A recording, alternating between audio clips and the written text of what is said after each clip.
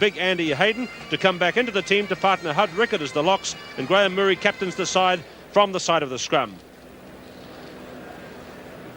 Scotland have made no changes at all for this second test. They'll be looking to involve their captain, Andy Irvine, more from fullback, and they'll be no doubt hoping that he can show something of his best in these conditions. There was some early data about Stephen Munro, but he's shaken off the virus problems he had earlier in the week. He'll be on the right wing. John Rutherford could be the key to Scotland's chances again in this match. He's really impressed on this tour from the fly-half position. In the forwards, line-out ball will be the problem for the Scots. Even though Alan Tomes is 6 feet 5 inches tall, the Scots generally give away a lot of height at line-out time. In the scrums, it's a different scene, with Aitkins, Deans and Milne a rock-steady front-row platform. Andy Irvine is Scotland's captain. And for only the third time in history and for the first time in a test match, there are no South Islanders in the All Black team. Although Stuart Wilson was born in Gore and Andy Dalton in Dunedin, they are now well-entrenched North Islanders. However, it may be of some consolation to South Islanders that there was no one in this team from Auckland until the last of the South Islanders, Graham Higginson, withdrew and Andy Hayden came into the New Zealand lineup. We're joining you once again for the commentary today from Eden Park in Auckland is former All Black Graham Thorne. The 1978 Australian match, which New Zealand were walloped by Australia, I remember the people going home and saying what a great test match it was, even though New Zealand lost. Again against France in 1979, we lost that test, but the people went home happy. I don't think it's a matter of the All Blacks losing that makes people unhappy, as long as the match was played in a good spirit and the side that won, which is usually the opposition, it seems, at Eden Park, play well and deserve to win. There's the scene under the Eden Park main grandstand as the doors are still shut to the two dressing rooms from where the player teams will come in a few moments. And Graham Thorne, you've been in there. It's a pretty tense scene behind those closed doors, I would imagine. Well, of all the grounds I've played on around the world, Eden Park has surely got the best amenities of any. The dressing rooms are big. You can stretch out. There's lots of rubbing tables there. They're all the same, the dressing rooms. You can hear the pitter-patter of the sprigs on the ground, the smell of liniment. People know that they're hyped up. They want to get out on the field. This is the worst time in any test match, is the 5 minutes before the game when they want to get out on the field. They don't want to be in the dressing room. They want to be out on the field playing. And this is where the stomachs start to go up and down. The butterflies start. There's a few of the old nervouses they're having. And then suddenly the referee will blow his whistle and they all disappear. And there goes the referee's whistle. So the butterflies are starting to disappear. Well done, Graham. Scottish team coming out of the near doorway, and the New Zealanders come down the long darkened corridor there to the left. There's Norm Wilson getting all the bully with Peter Hall from the Auckland Rugby Union, and there's the New Zealand captain. And now they come out for the stadium to see.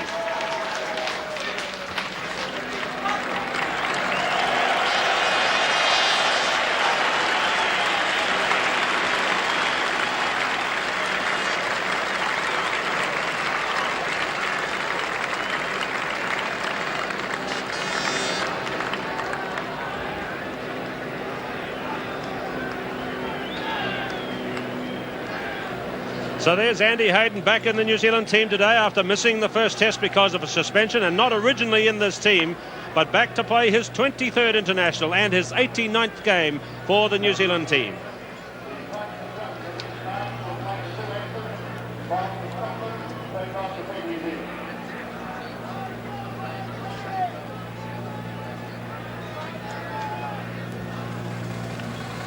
Number 10, Doug Rollison.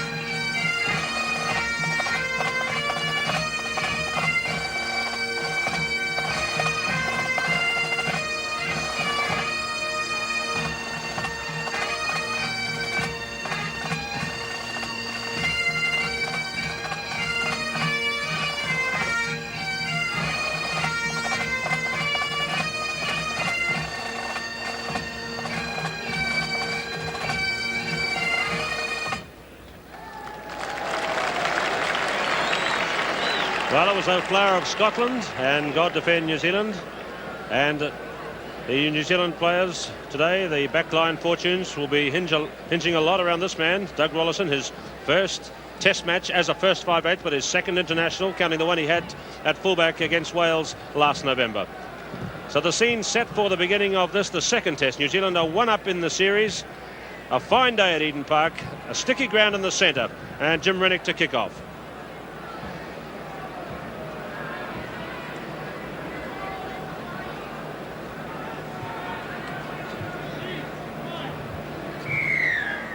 Today's referee is Carl Collette of Australia, and Jim Rennick begins the test match. First ball is claimed by Bill Cuthbertson. Away to John Rutherford, using the wind which is behind Scotland in the dark jerseys. A good catch by Alan Hewson, swing onto the left boot. A charge down.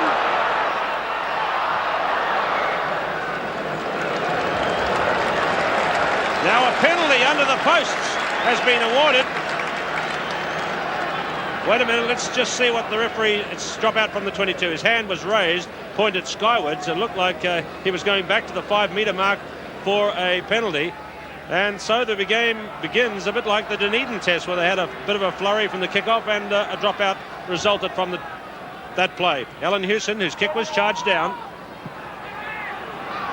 That's Ian Paxton, that's the 22. Well, Scotland have surely fired up today. Jim Telfer, the coach, has got them improving with every game, and today you can see that they know that this is a test match. They've got 80 minutes to prove that they are good enough to beat New Zealand.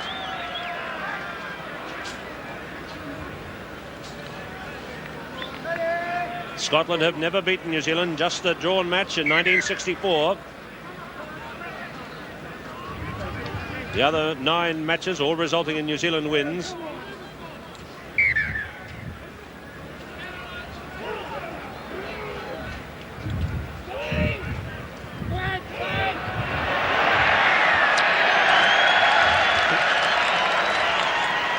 Well, he had to penalise him. He wouldn't put the ball in. He was waiting for the hooker's signal, and Carl Collette had no option but to penalise the halfback. An interesting factor about the first test performance by Dick Byers, the other Australian referee, was that there were very few penalties or free kicks from the scrums. And now this is interesting. The Scots showed it practice yesterday. They practiced these shortened lineouts, and here it comes now. If they do what they did at training, it'll go deep over the back. Colin Deans throws, and Hayden won it off them. So it hasn't been a good start for those tactics for the Scots. Defensive penalty for Scotland, but there's big Andy Hayden, who pinched the first one off the Scots throw. Well, in short lineouts, there's not enough players in the lineout to get away with any of your pushing and your shoving, which may perhaps make the lineouts a little bit more difficult for Scotland, because Andy Hayden is a big boy, and so is Hud Rickett, and they have got much more room to jump. There's not as many people around them. So number 8 for Scotland on the left is Ian Paxton. Number 6 at the back is David Leslie. 7 for New Zealand, Graham Murray. Andy Dalton to throw. Hayden up jumping at number 3 in the line-out.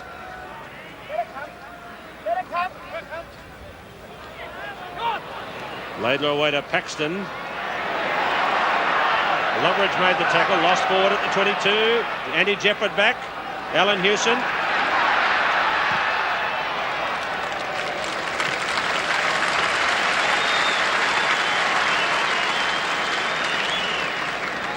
So once again, a good beginning in the test match for Alan Hewson after that early falter with the kick charged down.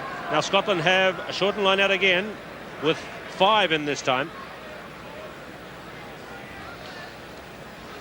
Leslie. Roy Laidlaw. 2 is Colin Deans, the try scorer from the first test. So it's an interesting battle of tactics here in the first minutes of the second international. Laidlaw away to Rutherford. Yes, trying to run. The intention's there. He left it late in the first test, but that was his first chance to run, and he indicated that perhaps they'll run it. But again, a good kick by Alan Hewson.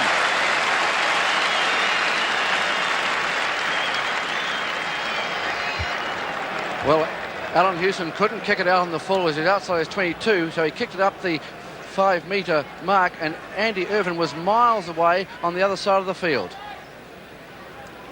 Jim Aitken at the front against Rod Cattell's. Throw's gone that time to Tomes. Referee signalling advantage.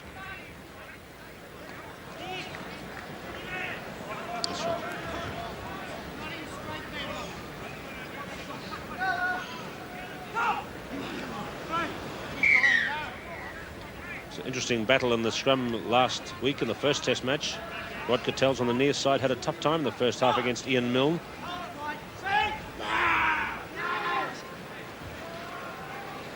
Loveridge away to Doug Rollison.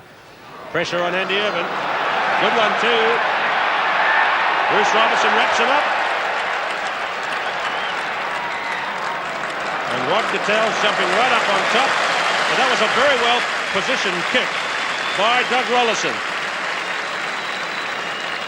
Well, that's the perfect up and under, the Gary Owen, the hanger, call it what you like. It was hung up in the southwester, and it just came down as the moment that Bruce Robertson took Andy Irvin. So it's a loose head in good position for the All Blacks. Time gone 5 minutes. Loveridge off to Rollison. Hewson up. Good tackle by Bruce Hay. Bruce Hay, a very good defensive player, and that's his forte. Made the tackle on Hewson, but still midway, 22 in goal line, Scotland defending. Deans throws. Leslie, Mark Shaw. Struck for New Zealand. Loveridge, Rollison drop kick. Low and flat.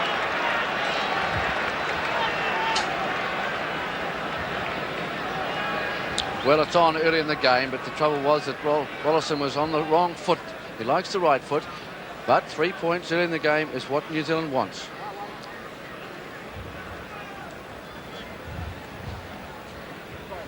This is John Rutherford. 7 minutes gone.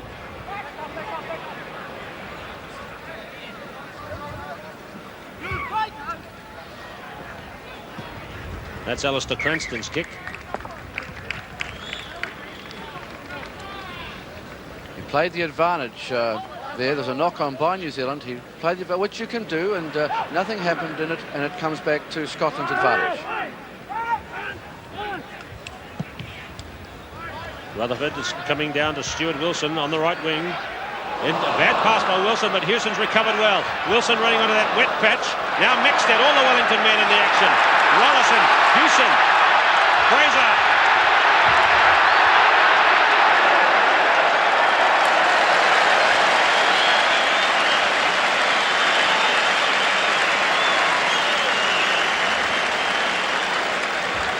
Well, who would have thought an Auckland crowd would have given Fraser a reception like that? They really loved the big Wellington left winger as he sets his sights on Andy Irvin and tried to go right through him. Deans throws down for Loveridge. Finds Rollison well. Jefford left out Robertson. Fraser in for his Wellington teammate again. Wilson!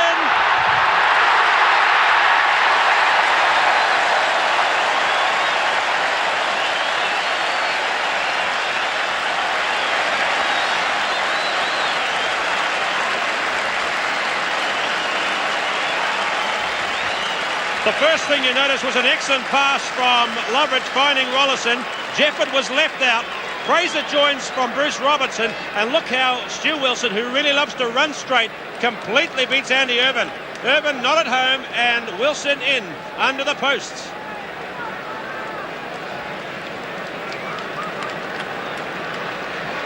Well, Stu Wilson, as he did against France in 1977, the same thing happened today. And it shows the value of the skip pass and an extra man coming in as well.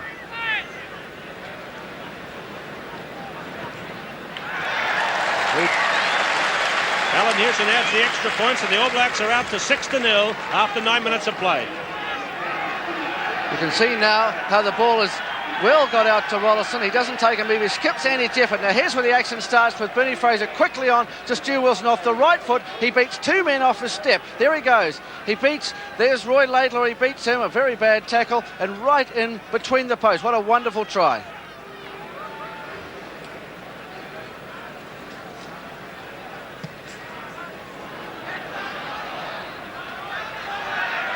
Down to the man of the moment, Stu Wilson. Just a little flourish there behind the goal line with Alan Hewson. And now it's a conventional drop kick, and Hewson and the Wellington members of the team really coming into the match here in these opening moments.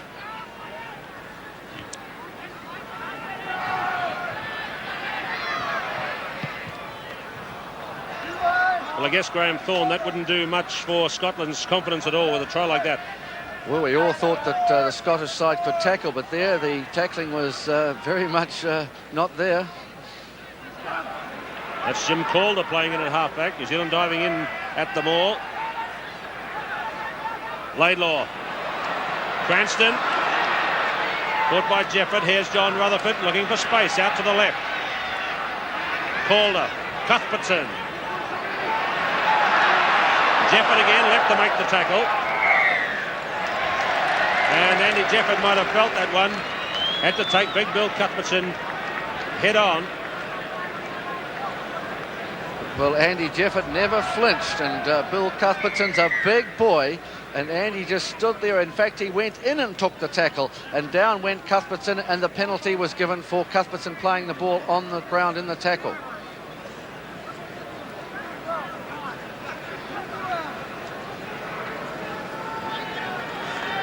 Andy Jefford being attended to. He tells me that rugby's having a real resurgence in the Tokomaru Bay up there behind in the east coast. And here's you'll see Cuthbertson with the ball, and he really sets sail here, and Jefford is left with a very stern task. But he's all right, and Hewson clears the line from the penalty. Jefford tells me that there's another club now playing in Tokomaru Bay, the Waimar Club, and there's quite a rivalry between them and his club, the United Club, and they actually sent him a telegram before the first test in Dunedin last week. So good spirit in East Coast rugby. Rollison, Jefford left out. That was a good move. Murray from Robertson. Mixed Gary Knight, number 3, looking in for the ruck ball. Loveridge, Rollison, Jefford this time. Robertson left out. Wilson, Robertson. Hewson is still there. Jefford, Dalton. 5 metres to go. That's the corner flag.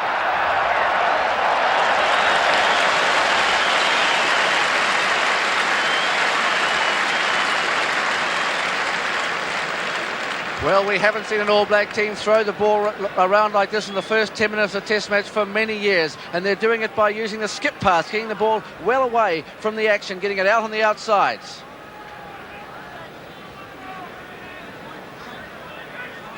"12 minutes gone. A big jump by Hayden. That's one that'll please the Aucklanders. Murray. Wait a minute, it's still up. Loveridge. A bit of bobble ball, volleyball, call it what you will, involving the two Taranaki men. And I suppose Dave Loveridge, he's got tries in the last 2 internationals against Scotland. Stu Wilson's now 3 consecutive internationals, so I guess Loveridge is trying to match the Wellington wingers' effort. Mexted. Oh, just buried in the corner, Murray Mexted. Down went the corner flag, so back we come to the 22, and New Zealand are really fired up now. Murray Mexted using all his strength to get there in the corner, but the defence came across and the corner flag was hit.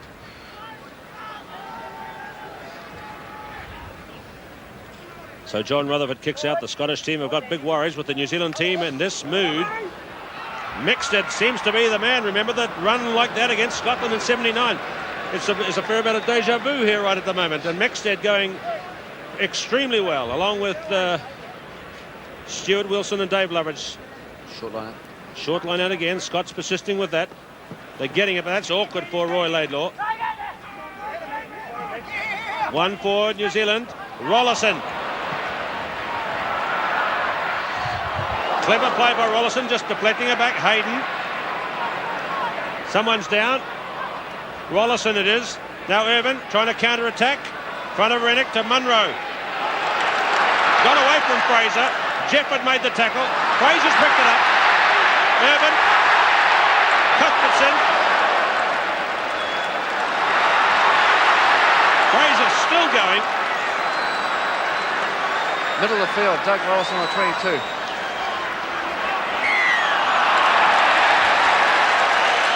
We get a replay of Bernie Fraser.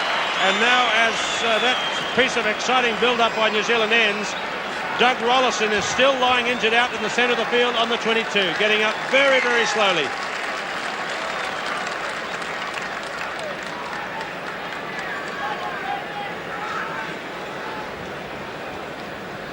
There's the collision which involved Rollison, and down he went, seemed to fall heavily on his shoulder. And then with the Scots try to counter-attack, but look at the role that Bernie Fraser plays when the ball goes loose. First of all, Munro got away from him, then Fraser picks up speed, intercepts the pass back, and then in a tremendous display of everything that Bernie Fraser is, he just kept going on and on. Well, I think the thing about Bernie Fraser, you can see it there, was that as the tackler comes in to take him, he bends over. He actually crouches down. That's how he beat Andy Irvin. He then went and beat Bill Cuthbertson because there's a low centre of gravity and he can go along almost at grass level to get the ball off the ground. So Rollison back in the action. 15 minutes gone, first half.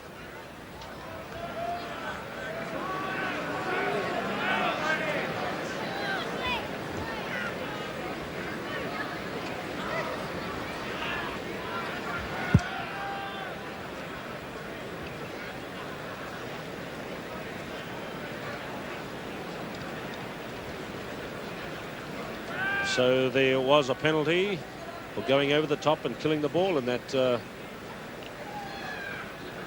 pile-up. Here's Doug Rollison, injured just a minute ago, with a chance to put points on the board for his team.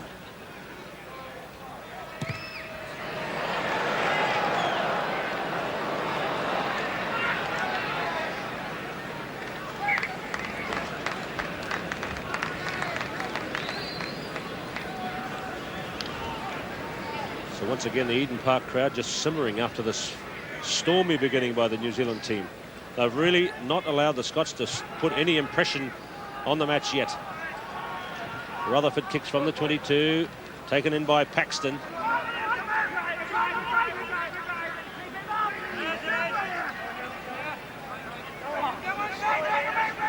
Laidlaw. Rutherford, not so strong on his left side.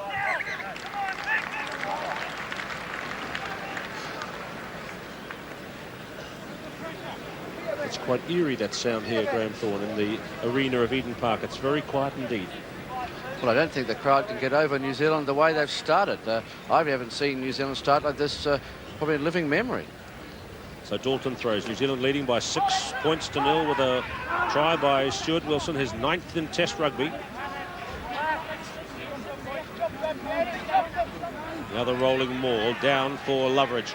Cleared for Rollison. Jefford. Rollison supporting. Bruce Robertson. Good play again with Robertson going out to find Loveridge. Cranston onto him for the tackle. Cuthbertson with Murray. Now the Scots trying to counter-attack Jim Rennick. Munro. Irvin is right out on the wing. Now here's Irvin away. Kicking ahead hard. Perhaps a bit too hard. Stuart Wilson will have a chance to recover. Well, that's interesting, Graham Thorne. Even though the Scots have been kept well back, they are still willing to chance their arm, obviously. Well, they know it may be the only way that they're going to win this game, because they're not going to win it up front the way the game's going so far. But if Andy can come in on the outside, especially the right-hand side of the field, which is his forte, he can run so much better on the right-hand side. 18 minutes gone. Houston's kicked that one and screwed off his feet right down to Rutherford. Looking for a pinpoint kick. He went back onto the right foot. And Stuart Wilson has claimed a fair catch over there behind the 22. So that try by Stuart Wilson shifted him up that the order of try scorers for New Zealand Test Rugby, 9.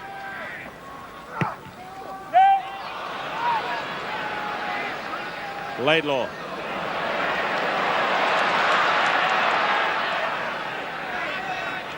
Alan Toombs claimed it.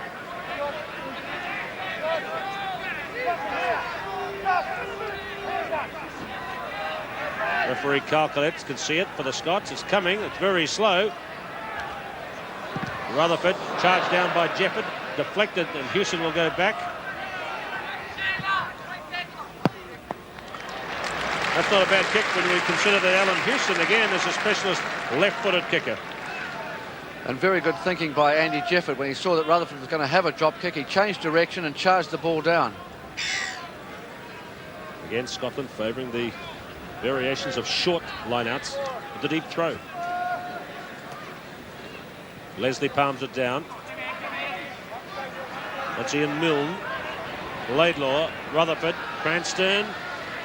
That's why he's called Crash Cranston back home. Murray trying to kick it through. Held by the shirt, and the referee is playing advantage. And that's why that's why the decision goes the way it does. Murray was held back by the shirt as he went through for the loose ball. And the referee is playing the advantage very well. He didn't penalise the Scottish player immediately. He let the play go. Down to Munro. He's kicked it hard. Hewson. Stuart Wilson. Calder and Deans. Gary Knight. 10-metre mark in New Zealand territory. There for Loveridge, away to Rollison. The big wipers kick, holding up in the cross breeze. Bruce Hayes gone back to support Irvin. Wow, great tackle by Alan Hewson. The ball's still in play. Laidlaw, now Rutherford. To David Leslie at halfway. Cranston. But it's Stu Wilson who made the blocking tackle over on the far side. So again, John Rutherford showing with his beautiful, elegant moving that he is a danger man in the Scottish team. John Rutherford, the fly half. Well, he wants to run it, and so does Doug Rollison. So this game could be an exciting 80 minutes. New Zealand made the play, and then Scotland came back. And Andy Irvin, he's playing much better today than he did last Saturday. The conditions are much better. You can see it now how it comes from Loveridge. Now here's the big kick across. Now you watch how Andy Irvin is right in position to take it. Now watch the tackle from Hewson. It's a very good tackle. Again it goes in goes Murray. He tries to pick it up.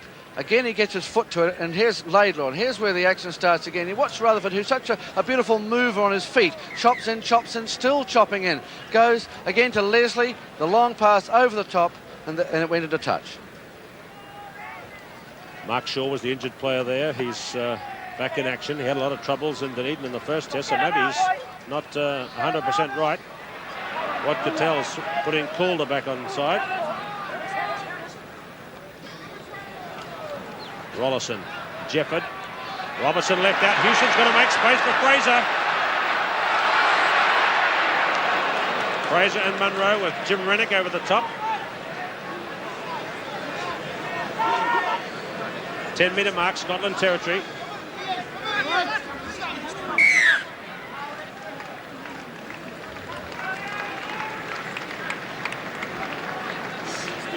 Well, once again, New Zealand were using a skip pass. Again, Andy Jefford and Bruce Robertson left out, Alan Hewson being the man to take the gap and put the pressure on.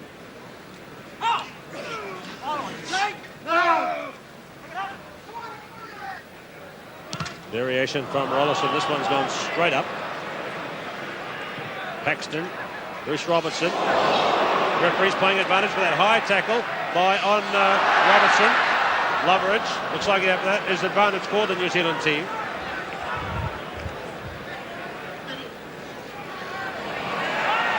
Laidlaw. And Rutherford has the ball out. We've been going in this game now for 22 minutes, and so far no penalties at all have been awarded to the Scottish team.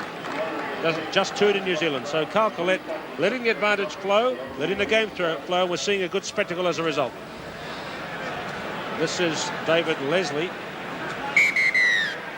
Well, that last maul come ruck was a very tight one. When Bernie Fraser made the dash, he went down, Leslie went on top of him, and the players went in very tight. And he might have been in a very bad position when the weight went over the top of him. You see the balls. There's Bruce Robertson. Ian Paxton gave him one across the back of the head. The good dummy by Dave Loveridge. A little kick off the knee, which Munro got. And if you watch this ruck, it's really tight. There's players in all directions, and that's where the injury occurred. Back to the action. Leslie back in the game. That's Jim Aitken, Rod Cattels, Bill Cuthbertson and Andy Hayden jumping at the front of the lineup for New Zealand in this game. That's good stuff for the New Zealand team. Just a little deflection. But Calder was through on Loveridge. It's there.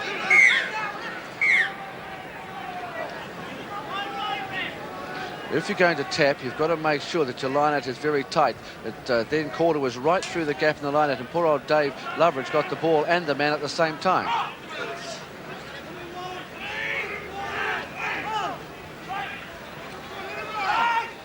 Roy Laidlaw to Munro. They're trying to bring him into the play. He beat Nexted's tackle. Leslie trying to go through Fraser. Calder carrying it on. That was a long gain by Scotland after playing it right inside the 5-metre line, all the way along that touchline. Well, Laidlaw saw that there was a little gap on the short side, and away he went, and they made a very good gain and now get the line out. It's Alan Toombs jumping at the front against Hud Rickett.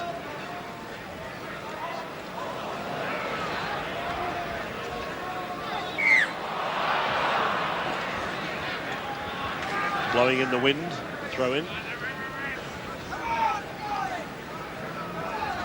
6 points to 0, New Zealand lead. A try to Stuart Wilson converted by Alan Hewson.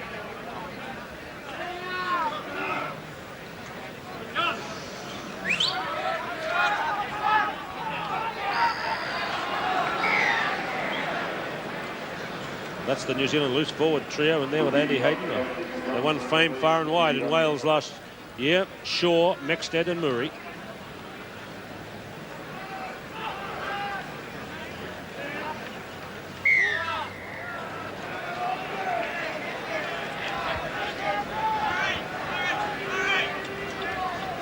So that's one of the rare scrum penalties that have gone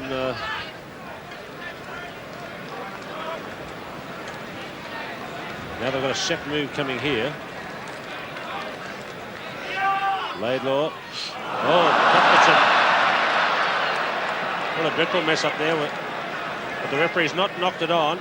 He says it came off. The referee made a gesture just to show that it came off Cuthbertson's chest. So play goes on. Laidlaw to Calder. Now here's Rollison. Good tackle by Leslie. No, it was by Laidlaw again.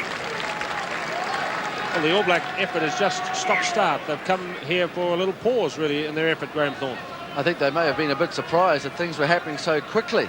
That they were up the Scottish end and scored a good try, looked like scoring another 2, and now they've just sort of gone off the boil and let the initiative come back to Scotland.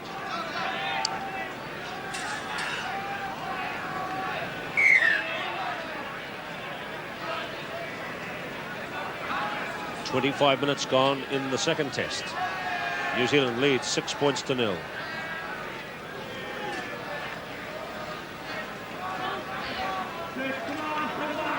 Laidlaw, Rutherford, Rennick, Bruce Hay coming in from the left wing. Going for the setup, and it's going to come back on the New Zealand side.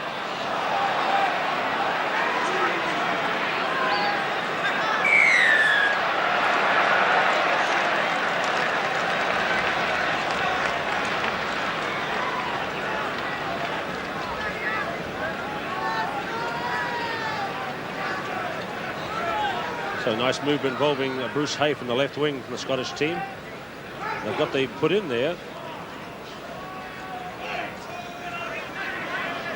Roy Laidlaw. And that is a penalty to Scotland for the collapsing of the scrum at the front rows against New Zealand. principally against Gary Knight, I think. Collapsed on his side, and this is a real scoring chance now for Scotland after 27 minutes of play.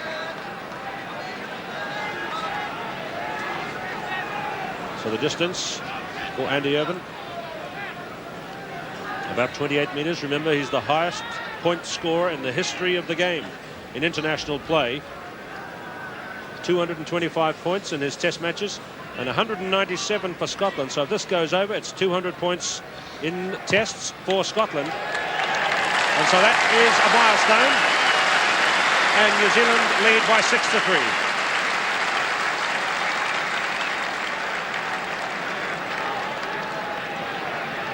Andy Irvine's been sitting on 48 points after that brilliant burst of scoring in his first 2 appearances, getting 24 in each. He's been sitting on that 48 for about 4 games now. That takes him to 51 for the tour. So I think now the interest will be in the immediate moments ahead, whether New Zealand can get back and dominate again. Hewson kicks to Tomes and Hayden. Hayden got there first. Came off Cattell's hand. Referee is playing advantage for Scotland there after that knock-on by Cattell's. They've got it. Laidlaw. Rutherford, the gap a mile wide. He's through. Space for Rennick. Halfway for flashing Jim Rennick. A good kick for Hay and Irvine.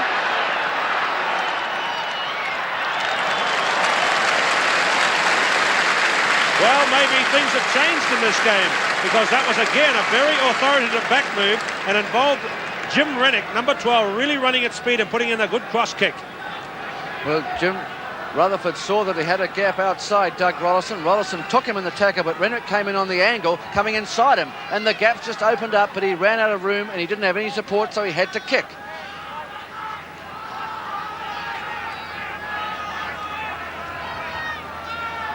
"15 metres from the New Zealand line, taken by Hayden. He's just got that front of the line out controlled. Paxton took Loveridge out. He's looking for the referee.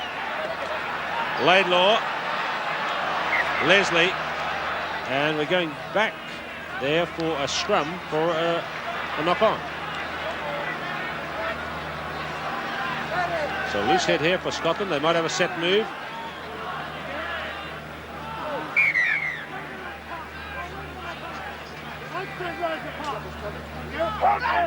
They might have something on involving a crash ball with Cranston, the inside centre. Let's look.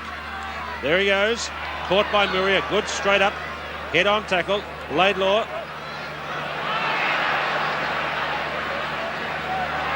Cuthbertson, 10 metres out. This is a good return from Scotland into the match.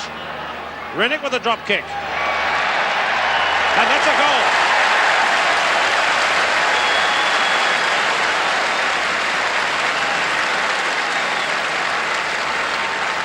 It came from Cranston's crash effort. A little probe on the blind side by Laidlaw, but then a bad pass out to Jim Rennick when the ball was finally turned over for him. And Rennick, with all his experience from 41 internationals, turned this bad pass into profit with that good drop goal.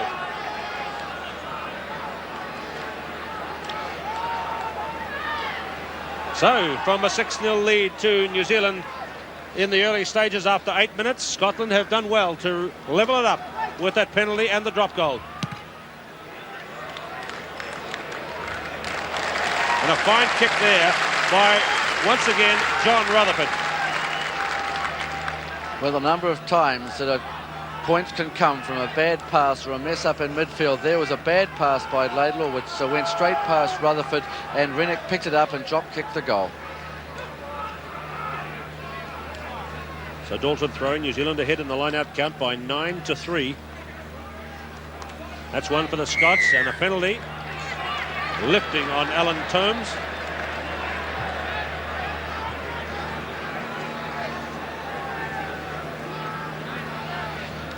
Loveridge, well picked up Rollison. Cut out pass again. Hewson playing it forward. Calder. Robertson's playing soccer in this space. Irvine.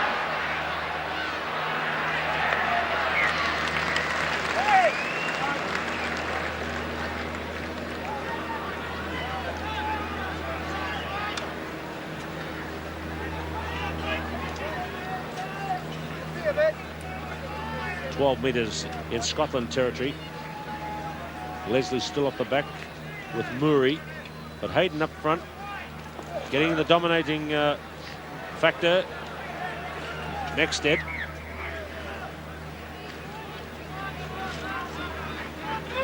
A lot of that ball is not being dished back to Loveridge on a platter. He's getting the Scotsman arriving at the same time through some gaps in the New Zealand line.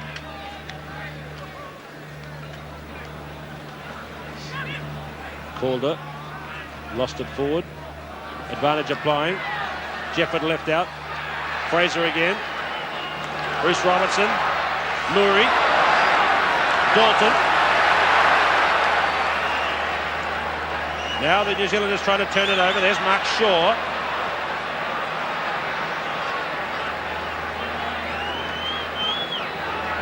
It's coming for Loveridge.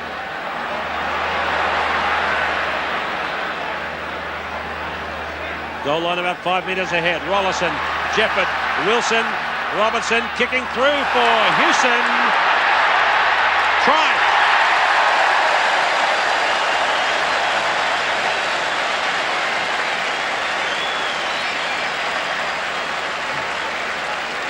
Well, look at the little push forward by Loveridge, but the little secret of this play is the kick by Robertson, beautifully timed with all the time in the world, lined it up and casually chipped it across to the corner, but it was precision kicking, and Hewson was too fast for Irvin, his rival fullback.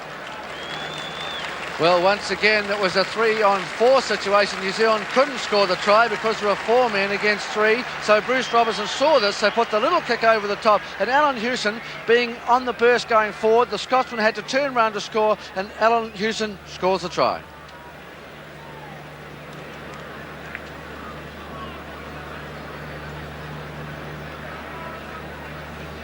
Hewson attempting to convert his own try.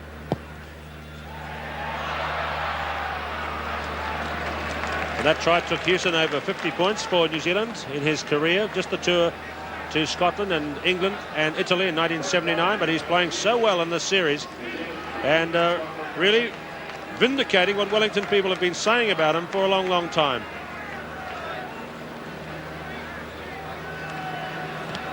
So it's 10 points to 6 with Hewson's try unconverted, and that's Rollison kicking back to touch up near halfway. Man who played his first match for New Zealand for the All Blacks in Uruguay back in 1976.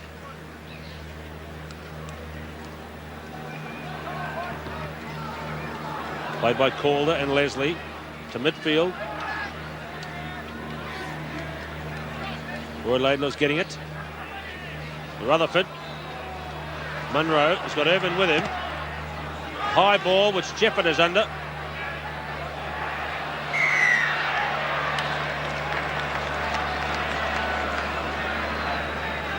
Offside play from the kick ahead. I think Murray will probably take the scrum. It was such a long way. No, he's going to take the penalty. The scrum would have been back almost on halfway, and I don't think Alan Hewson or Doug Rollison will get it to halfway. Yes, he just more or less heaved that one out. That's the 22 there. But Doug Rollison going pretty well in his first match for the All Blacks in New Zealand and as the first 5/8. And Andy Hayden is there, back in the New Zealand team. Bummed by Paxton. This is Cuthbertson straight for Jefford again. That's that confrontation. There's Bruce Robertson and Ian Milne.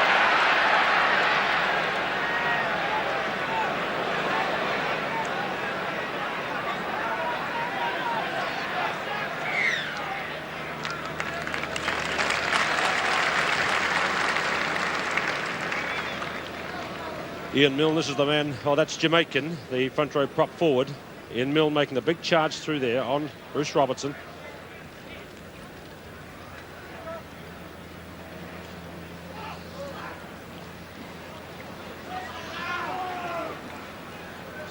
Next set off to Loveridge. Low and flat and into touch, a good game. Just in front of Andy Irvin at halfway.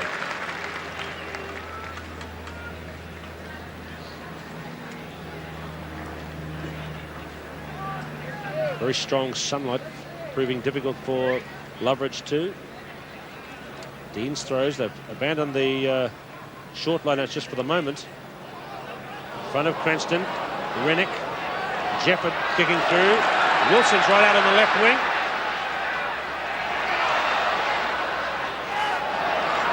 Mark Shaw, Murray pops it up. Right near the line and kicked out, but looks like it's the knock on.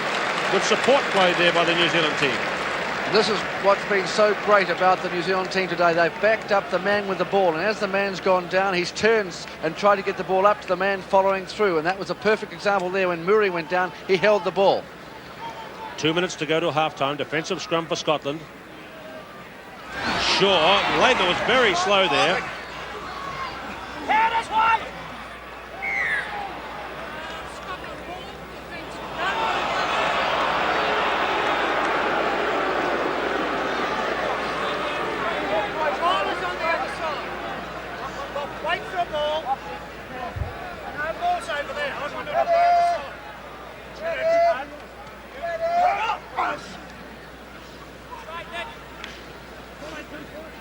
So another defensive scrum with Roy Laidlaw. They passed it right into his in-goal area from out in the field of play. 5 metre scrum awarded, New Zealand to put in. Well, it's one of the few times that the halfbacks actually passed the ball back into the crowd on defence. Half-time is approaching, but New Zealand with the put in here, they could have something up their sleeves, and another score for them just before half-time would be good for the New Zealanders, I'm sure. Well, if Mexted runs off the right. Straight through and out to Rollison. Looping with Rollison, and this time Wilson picked up a loose ball after Hewson's kick.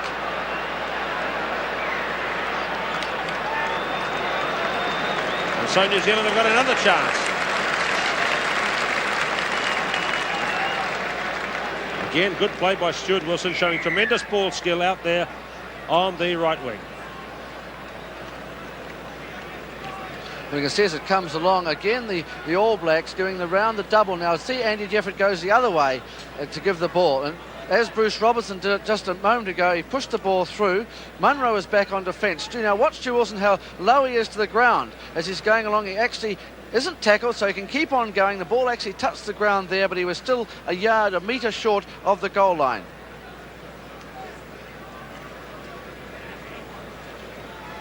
So there's Stuart Wilson out on the right wing, a real superstar, if that's the word, of New Zealand rugby. And who knows, perhaps the ball is heading his way from this next move as play gets set to restart again. Right on half-time with just a few seconds to go. Mexted, Loveridge. Oh, the pass was deflected, and Wilson was free and hanging loose out there on the right. The All Blacks had a two-man overlap. The try had to be scored, and then a Scottish hand just got in the way, and the chance was lost. And there's the first chance in this Test match that's been lost by New Zealand.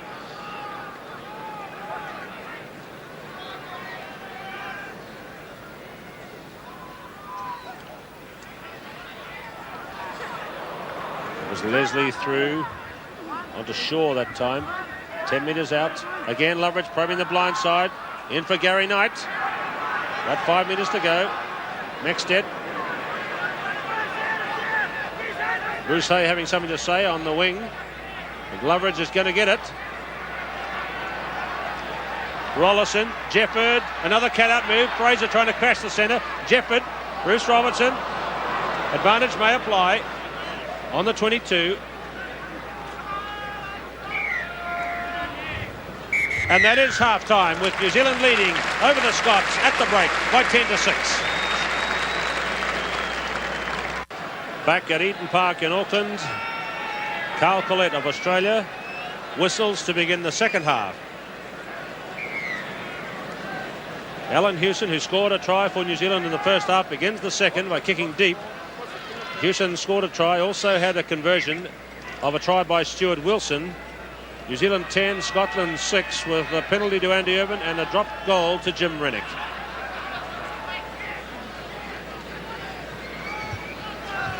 So close enough for Scotland to be encouraged even though they've conceded 2 tries in the match. Hayden with this one. Loveridge out to Jefford. Knock on there. So scrum for Scotland early in the second half.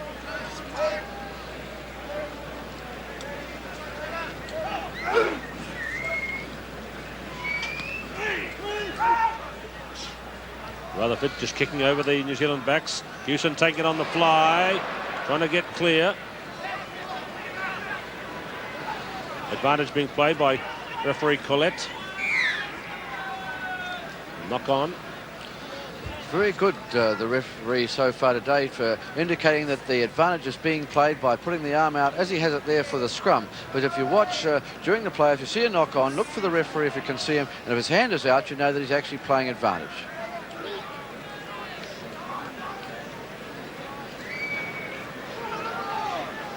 Paxton holding for Laidlaw. Rutherford. Well, he's having a mixed stage on Rutherford. That was a kick which he just simply put straight out. Trying to get variation into those little kicks and pop them into the back to keep the New Zealand team defensive-minded, perhaps.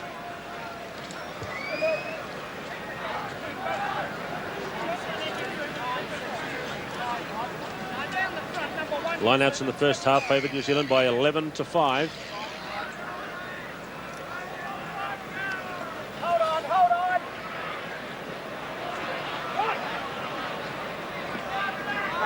Laidlaw, Rutherford.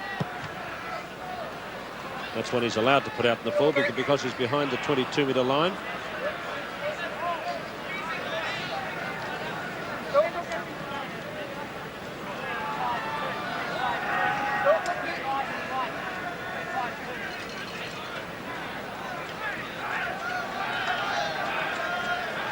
Mixted and Paxton.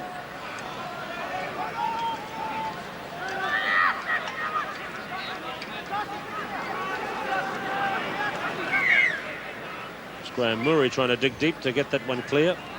And the match hasn't really started yet in the second half. A lot of play, stopping and starting. Scrums and balls being kicked out. There's the big powerful Scottish front row. Ian Milne on the far side. Jim Aitken nearest and Colin Deans between. That's the defensive position. Something could be on for the New Zealand backs.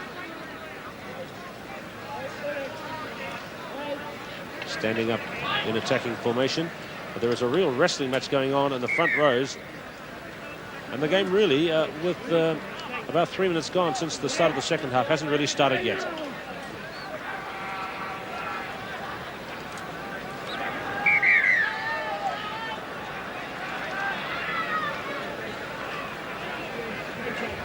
There's Gary Knight on the near side with Jim Aitken.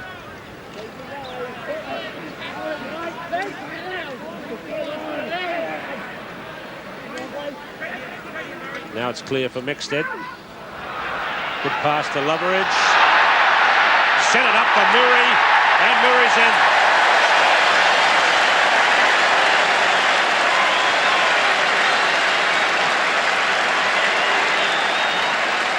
And it's so easy when a lefto is, it's called the number 8, gets the ball and makes that extra man. Now Loveridge sells a perfect dummy, which fools Paxton completely. He's got the fullback in front of him, Murray inside and Hut-Rickett. It was a 2-3-4-on-1 situation. Murray, all he had to do was run to the line and force the ball for a very easy and simple try. And again, you can see that Maxted makes that extra man, sells the dummy. Now you can see out to your right that you've got the old 2-and-1. There's the dummy. Now number 15, Andy Irvin, is coming towards him. Murray on his left. He commits Andy Irvin, and all Murray has to do is run 10 metres to the line. And Hewson has the conversion. It's 16 points to 6. Time gone, 5 minutes in the second half. And when tries are scored like that, it just shows how easy this game of rugby football is. And Murray scored that one about where he scored one against France here in 1979. And then there was the famous one at Cardiff. That's 3 tries in test matches for the New Zealand captain. There's the kickoff. Going down towards Hayden and Hayden Rickett. Loveridge. Rollison. Bruce Hay waiting. Big Sturdy kick towards Loveridge. Got the sun behind him in the second half.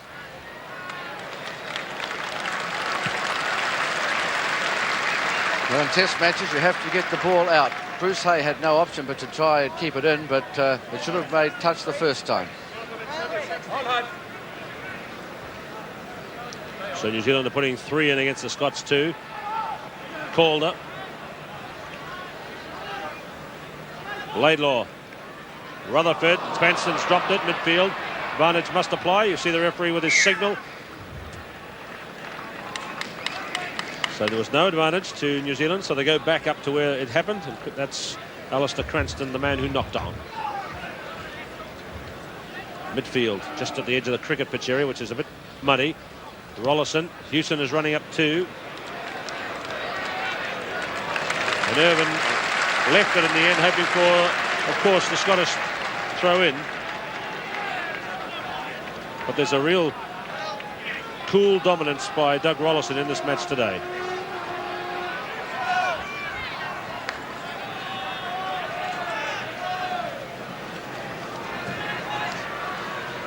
Bruce Hay. Good kick by Hay. Made his test debut for Scotland on this ground in their waterlogged test of 1975 and had an unhappy time breaking his arm after just 15 minutes. He's had 23 internationals since then.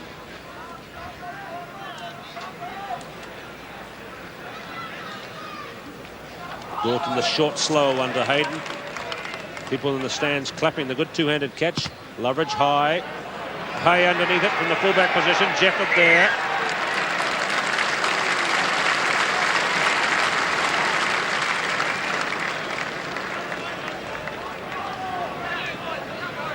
It was at fullback that Hay made that debut in 1975. Andy Irvin that day played on the wing. But when Hay went off, Irvin went back to fullback. So for the second time, Hay has play out 10 metres outside the 22. 16 points to 6, 3 tries to 0. The Scots have been brave and very good for some periods of the first half, but they've conceded 3 tries, and that's the story of the game so far. New Zealand taking the chances coming their way. Called up.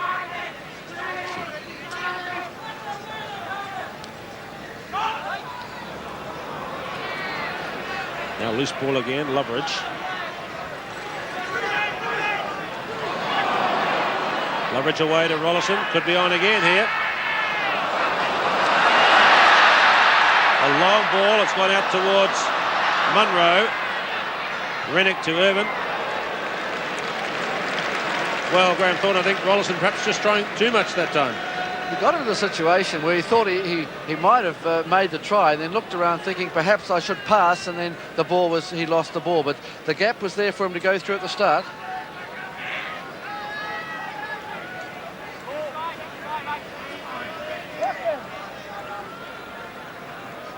Nine minutes, second half. Dalton again, the slower one to Hayden. They've got it all worked out. Some of them are fast, some slow deliveries. Shaw to Murray, 22-metre line. Loveridge, again the dummy. Mexted, advantage applying because the ball came off Mexted and went forward. Well, playing number 2 as it is in the line-out and number 4 is a completely different position. At number 5, it's a long throw, usually looping over, where number 2, it's closer, and you can have different throws, variations on a theme. Roy Laidlaw running. Irvin up. Mexted and Munro. Good bit of skill there by Mexted to pick it up off the grass like that. Here's Jefford. Got it again. The ball's out. Well, Jefford making the most of limited opportunity. The play carries on. It came off Hudrickett.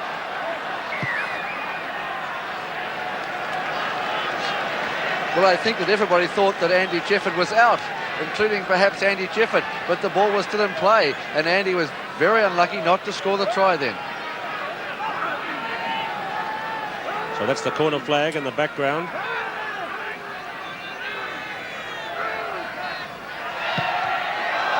And Irvin's kicked that one out into goal. out in goal. So they make a lot of the fact that Andy Irvine hasn't played well against the All Blacks in his 9 previous internationals against them, and I think that really continues today. He's not having a good one, the Scottish captain at fullback.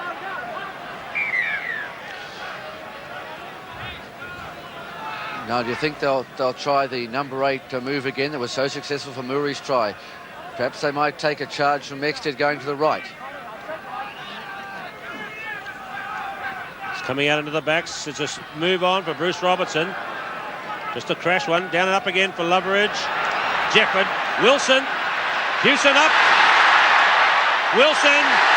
2 for Wilson today.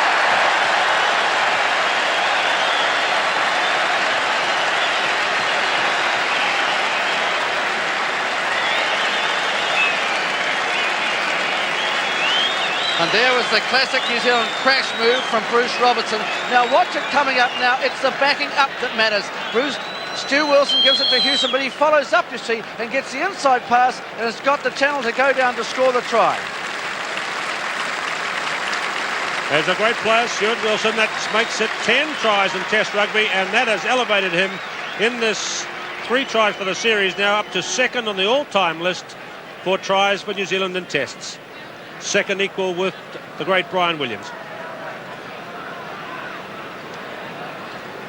So Alan Hewson from wide out. This is on the good side for him, so this could be more points. It's 20-6.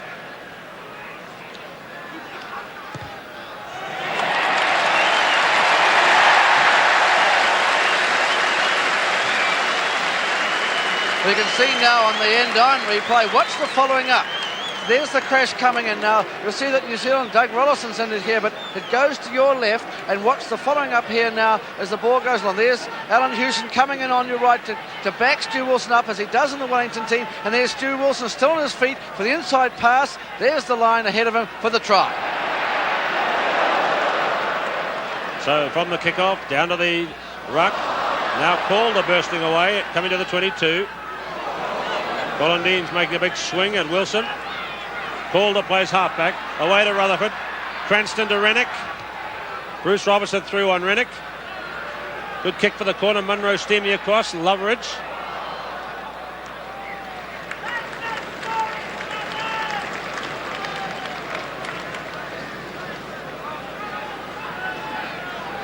So last time the All Blacks played Scotland here, they got 4 converted tries.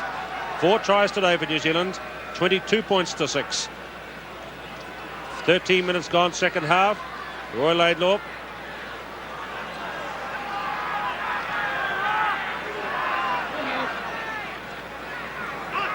Laidlaw again to Rutherford. To Rennick. He's lost it. Now a breakout. Murray. Dalton. Rod Cattell's is number 1. Murray standing off.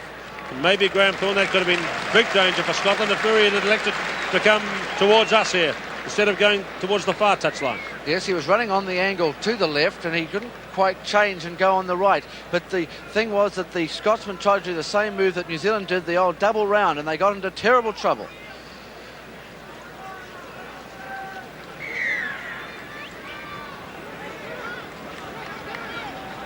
Free kick there against Dave Loveridge. Not putting the ball in, delaying.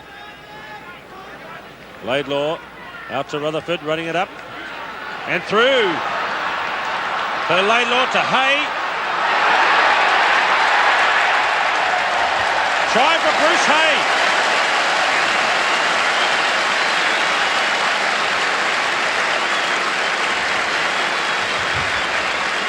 Well, the All Blacks sat on that one a bit. It came from the quick tap kick. Rutherford up and through the gap.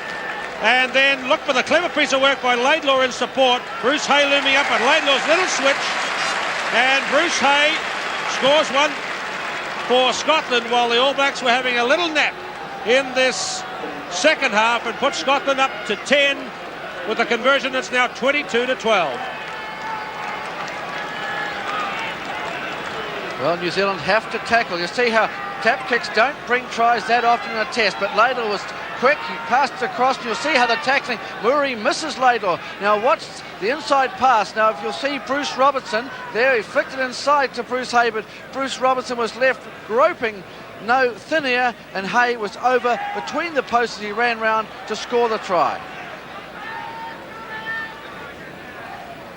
So Irvine converted. It's 22 points to 12. 4 tries to 1.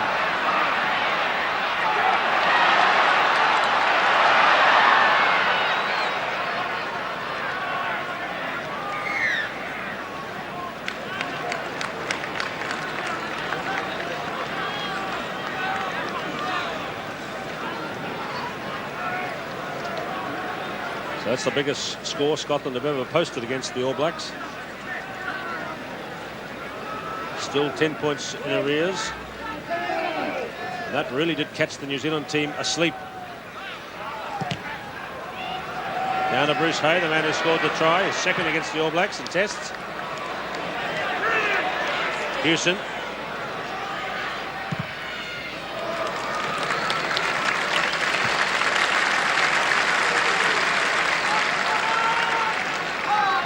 th Test player from the Petone Club in Wellington, and the 3rd Test fullback from that club. The others being Jim Ryan and Bunk Pollock. Although Bob Scott was a Petone man, he didn't play Test rugby for that club. Just a little bit of light rain falling. Scotland coming back into the game up to the 22. And a penalty now for Scotland. If they can get points here, they're looking a bit more likely, as they will attempt, no doubt, to close the gap. Well, they still have to score twice if this penalty goes over, but the game has been one of ups and downs, and New Zealand looking like they're going to run into an unassailable lead, and suddenly Scotland have come back, and it looks like they could score 9 points in 2 minutes and make this a very interesting ball game. Time gone is 17 minutes in the second half, so there's lots of time left for the Scots, so Irvine can take his time here, make sure of this one. He's kicking across the wind, and as you can see, light rain is now falling. One of these showers that have been around Auckland in the last few days. Andy Irvine. And that's closed the gap up now to 22 points to 15. Penalty goal for Scotland's captain.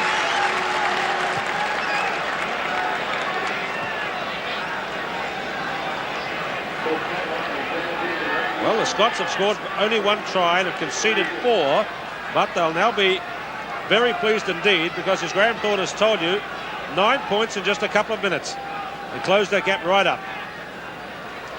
Hewson kicks off. Taken by David Leslie. Laidlaw. Rutherford.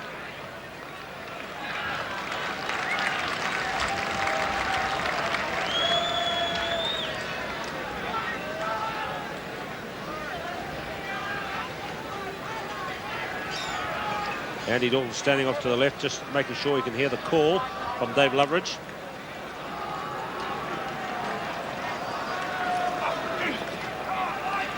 Getting through on Loveridge again. Laidlaw, Rutherford. Jim Rennick caught. Number 3 is Ian Milne. Loveridge. Got Hewson with him. Inside the 22, the chase is on. So the New Zealanders stunned by that. There's the quick throw in. Just near the line.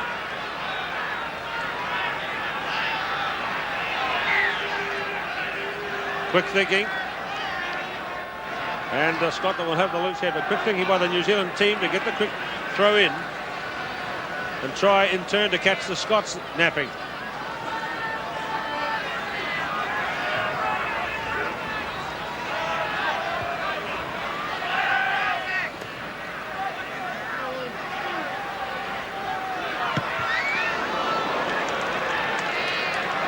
Down to Alan Hewson. Will try to swing it in with his left boot. Still in play.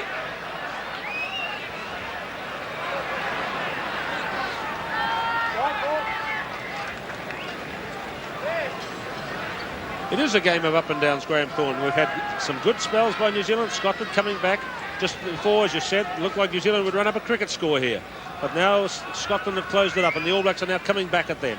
They're trying to play down in the Scottish 22. They're trying to put the ball down there, and it's working. Bolton throws. Rickett getting highest that time.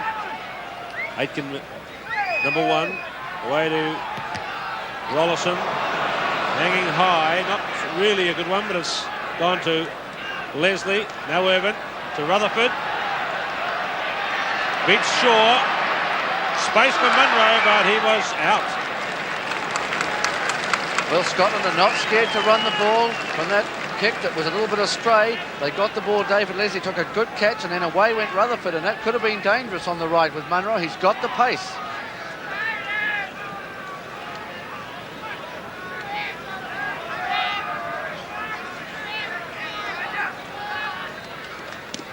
Palm by Hayden back in the middle of the line that time.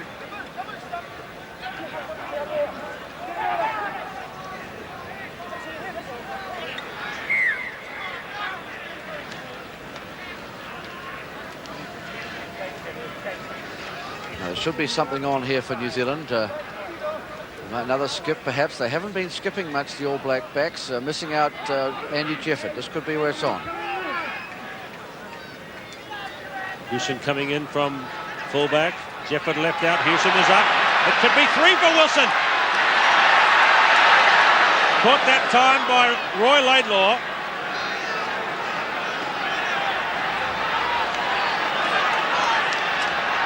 Lining up now. Rollison, Jefford. Intercept by Munro, and he must run away. Fraser chasing.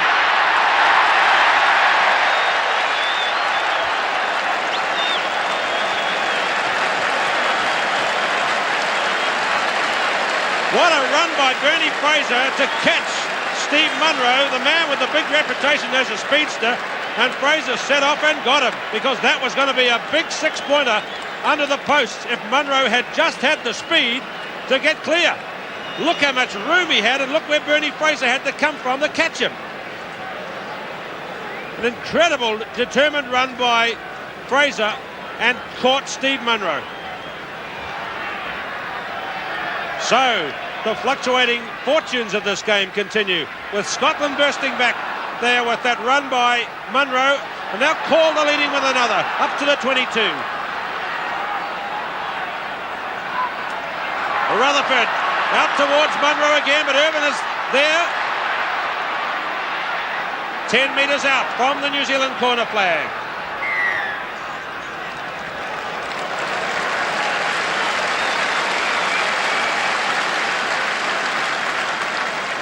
Crowd is loving it. An estimated attendance here today of 42,000, and they've seen a game that's run up and down the field with the two sides involved all having lots of chances, and Graham Murray's feeling the pace a little. Well, I thought that Munro would go between the posts after getting that interception, but Bernie Fraser, who was not in the movement going forward, was able to turn round and get the pace up immediately. He wasn't as if he had, in an intercept, had to turn when he was going flat stick one way. He was actually coming across to cover because he had missed out on the movement, and he turned round, and the field was a bit pudgy, and Munro, being a sprinter, didn't like perhaps the ground conditions, and Bernie was able to pick him up from behind.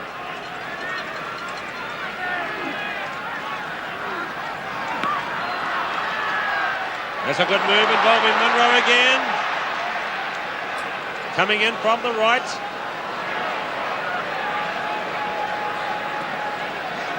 Laidlaw running wide. Leslie inside him, just short of the line. That's David Leslie, number 6. It's there for Scotland. Deans. Rutherford beats Hewson. Irvin. Rutherford. Paxton. Is that Irvin? But no, the whistle's gone. It was Jim Calder who took it on.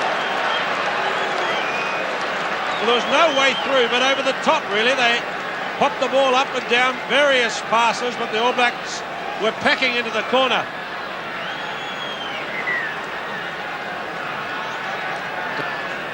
There's an injury there to Dave Loveridge. Looking at this again, Irvin's high pass up to Rutherford. Shaw had him covered. Another high pass coming in, and there's Jim Calder reaching up a hand to take it, but it looked like a forward pass as they went over for the... It was actually a try, but a forward pass awarded before that. Well, they didn't have much room to move in there. And so they were trying to get over the top and jink in and jink out. And in the end, they would have scored the try, but that ball went forward to Calder. So once again, a chance is lost. But that's only the first chance that Scotland have really blown in this game. 16 minutes left in the game. We've still got some excitement ahead of us, I'm sure, as the brave Scottish team up against the odds and still 7 points in arrears are coming back at the New Zealand All Blacks. 22-15 as the match restarts. And that is the New Zealand corner flag just behind Murray Mexted, the last man down.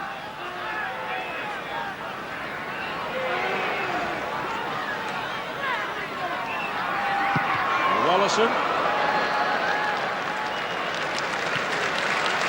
And that was quick work from Doug Rollison, because as the ball got into his hands, the Scottish flankers were there, but the very quick kick, and they've taken them out 12 metres from the goal line. So that's the tactic of the day, the long throw from the shortened line. Calder's gone in for it. He took his eyes off it, and it bounced forward, advantage applying. Loveridge, being chased by Deans. Advantage applying for the knock-on by Jim Calder.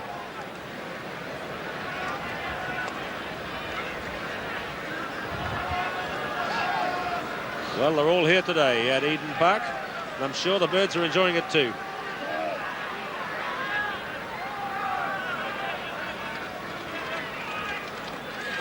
Hewson. So the Scots are keeping the pressure on the New Zealand team here inside the last quarter of an hour. But New Zealand quietly taking the ball up the field now. They've made 20 metres in the last 2 plays, so they're getting themselves out of trouble.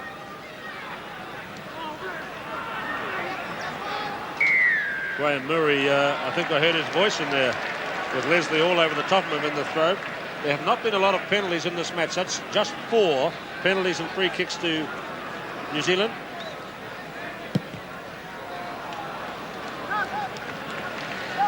And once again, New Zealand move up now. The last 3 plays, they've made nearly 50 metres up the field. And this is what they're trying to do, just keep the ball up in the Scottish half so they can launch their platform from there. The gap in the line-out count has closed up too. It's now 16-12 to New Zealand and cleanly won ball. That's another one there for the Scots. They have possession, trying the drive.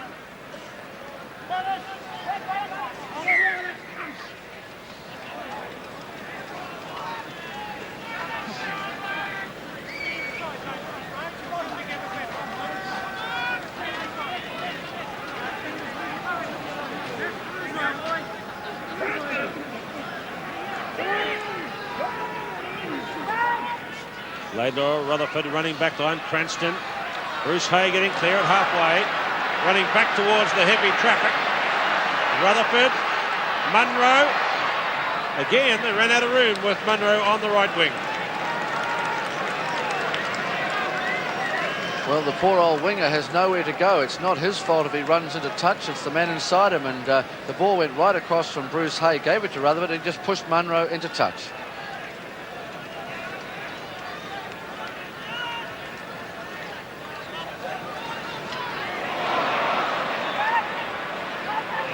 Leslie again. Deans, caught by Rollison. That 22-metre line looming up. They've got it away again. Rennick, Jefford, big Ian Milne crashing into Bruce Robertson.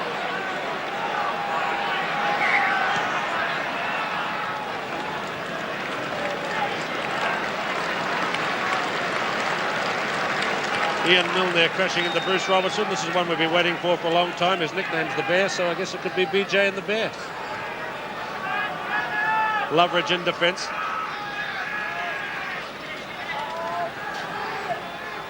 Rollison.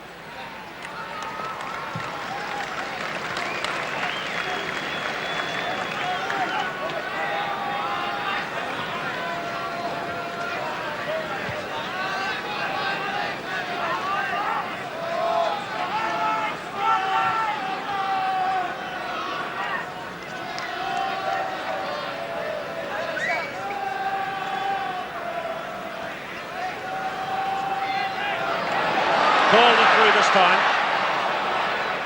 Again, advantage being played by Carl Collette, playing it very well too.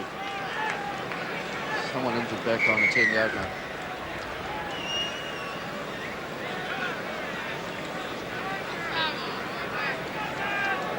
Injured player back in midfield. This, I think, is David Leslie. So just looking at that view. Dave Leslie, the only member of the Scottish forward pack that played here in 1975 who's survived through to this test match in 1981. In fact, by surviving, I don't mean that all the others drowned, but he's had a lot of troubles with injury in his career, but is back today for his 17th international. David Leslie.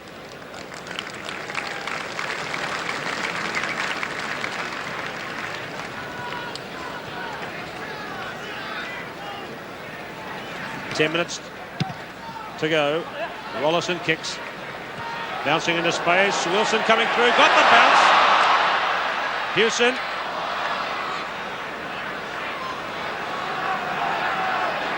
All Black forwards piling in over the top. Well, that one could have been dangerous for Stu Wilson if he'd been able to keep his footing. Well, he was coming up at pace. If the ball went into his arms with the surface just being a bit pudgy, he just slipped over. He recovered well, gave it to Hewson, and it nearly could have been a try. Still 22-15 to New Zealand. Loveridge blocked by Calder.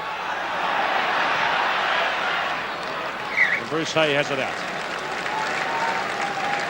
Well, the referee could have given a penalty against Scotland there because Dave Loveridge was impeded as he scribbled that ball through in the old-fashioned way. Well, now the crowd are coming to light. They were very quiet in the first half. Now they're calling for something more from the All Blacks. Maxted trying for the deflection. Bobbling about on the hands to Roy Laidlaw. And it's a New Zealand loose head again. So let's see how they line out this time. And maybe they've got something cooked up, as the posts are very handy. Well, they've got a big blind. They've got about 18 metres of blind on the right. Stu Wilson is back a long way, and Andy Jefford looks like he's going the blind. Jefford, Wilson, just a couple of metres out. He's the danger man today, but just didn't quite have the momentum that time running for him. I think Stu Wilson was again a little bit pressed for room as Andy Jefford came on the blind side. He was running at an angle and didn't commit the Scottish defence to come in. You watch it now, you see Andy Jefford coming on that angle. He's running a little bit across field too much, and he can't give that man. He tries to straighten it up there, but there's not enough room for Stu, and it's a 3-on-1 situation, and into touch he goes. Very little perhaps Andy could do in that situation, but perhaps if he hadn't run so wide, Andy Jefford, he could have given Stu that more room.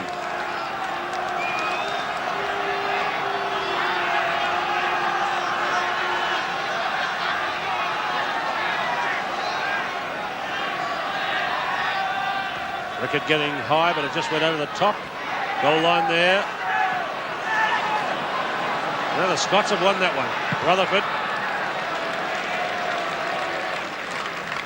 And Rutherford has it out.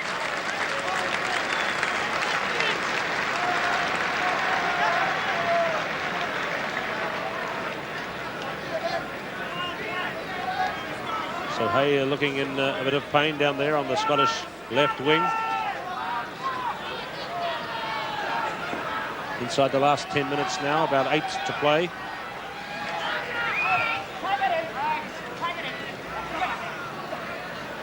Loveridge away to Rollison. Again, the cutout pass past Jefford. Wilson coming in. Beautiful play to Robertson to Bernie Fraser. Bruce Robertson again. Jefford chases on here. Wilson chasing through.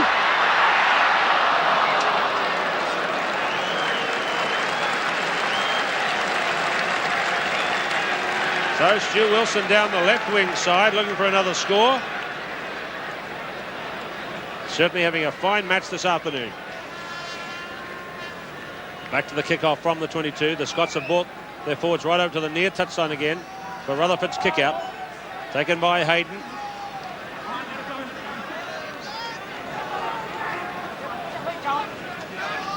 Loveridge, Rollerson, steady stuff along the back line. Bruce Robertson trying to crash it again. Rollerson, the kick is on, the chase again, loose ball. Hewson, try under the post for Alan Hewson.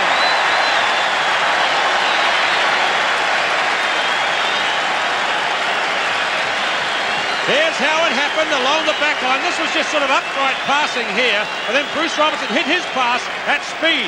Got the breakthrough, a little untidily. Rollerson next to chip through, and then the Scots defence was confused. And look how the ball pops up and bounces for Alan Hewson.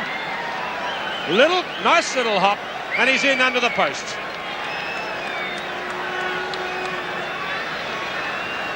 You can see it on the end-on camera. It's the matter of Bruce Robertson coming in on the angle. If you watch, it's a close one, and he stops, comes off his left foot and goes. Now inside is the backing up. Doug Rollerson's there, a little left foot chip. Now Bruce Hay comes across and he loses the ball as Doug Rollerson goes at him. Now Alan Hewson with his left foot chips it ahead, it bounces into his arms, and what a great second try for Alan Hewson.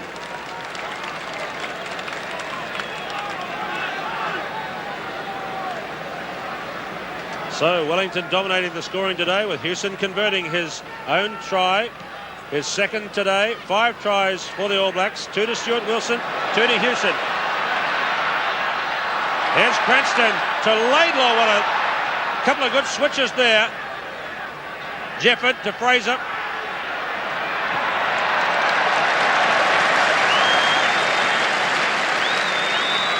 Well, you can't say there hasn't been excitement in this test. There was the ball going up and down the field, Scotland making a tremendous move with scissors and double scissors, and then New Zealand getting rid of the ball up back to the 10-metre mark. Penalty for lifting against the Scottish team. 28-15. This is also the biggest score the All Blacks have ever put up against the Scots.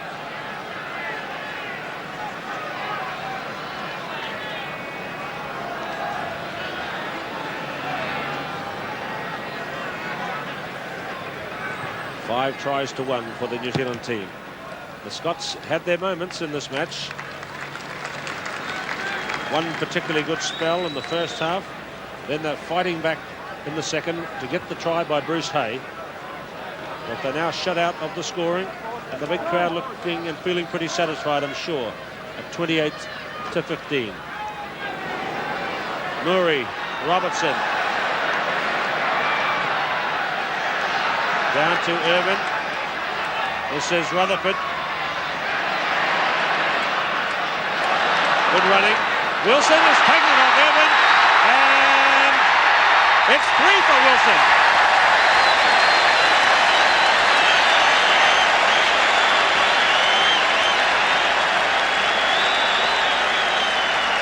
Murray involved with Bruce Robertson. The referee completely knocked to the ground then. He got up.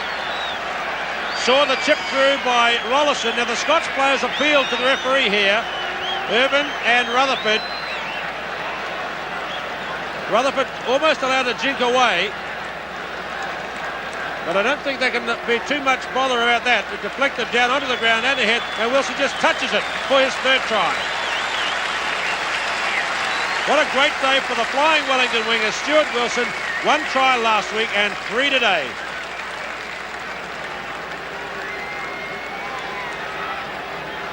So Alan Hewson has also contributed.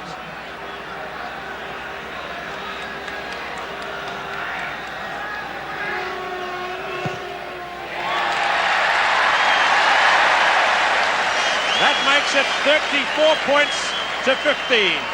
And 6 tries for the All Blacks. Well, once again, it was Andy Irvin who got himself into all sorts of bother. The ball went loose, and all Stu Wilson had to do was kick it through. He towed it quite a way through towards the dead ball line, but he had all the pace in the world, and one hand try.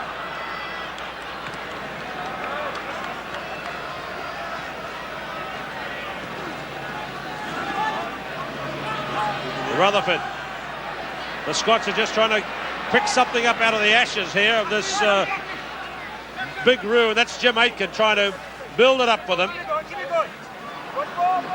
2 minutes to go.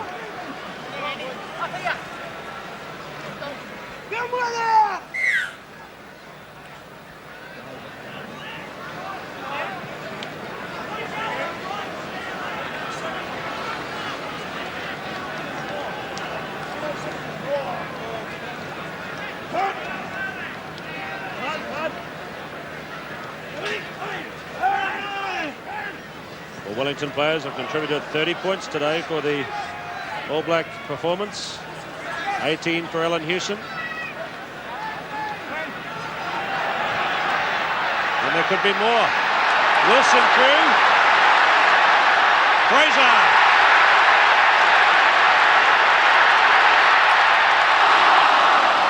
Well, it could very well have been 4 tries for Stu Wilson, but Fraser was just caught in the corner,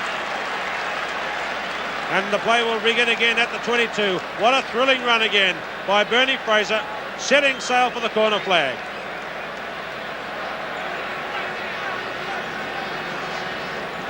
So the Scots have taken a quick one.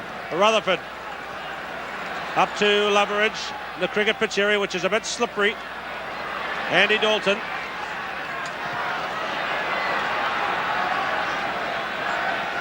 Hewson puts it out.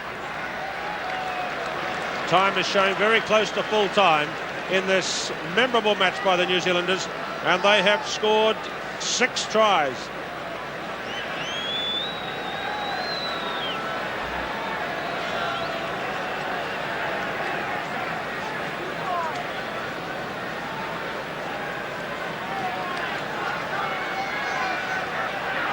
Now Rollison running it out. Jefford. Hewson, it's coming Wilson's way. Hewson through. Murray. Now he's got to give it to Wilson. Robertson. And that's a lovely tribute. Bruce Robertson gets the last.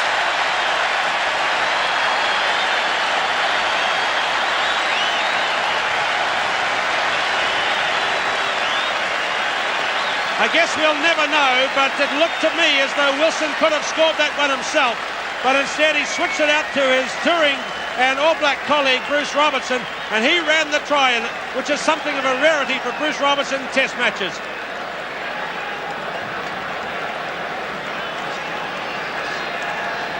And that's the 4th try for Bruce Robertson in Test rugby, the 7th today.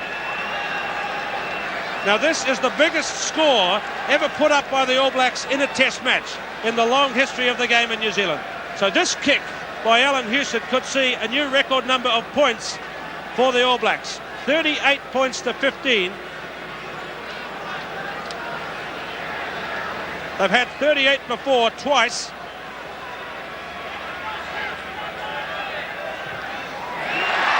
And it is a record. And that's the first time New Zealand have scored 40 points in an international, and they have thumped the Scots by 42 points to 15.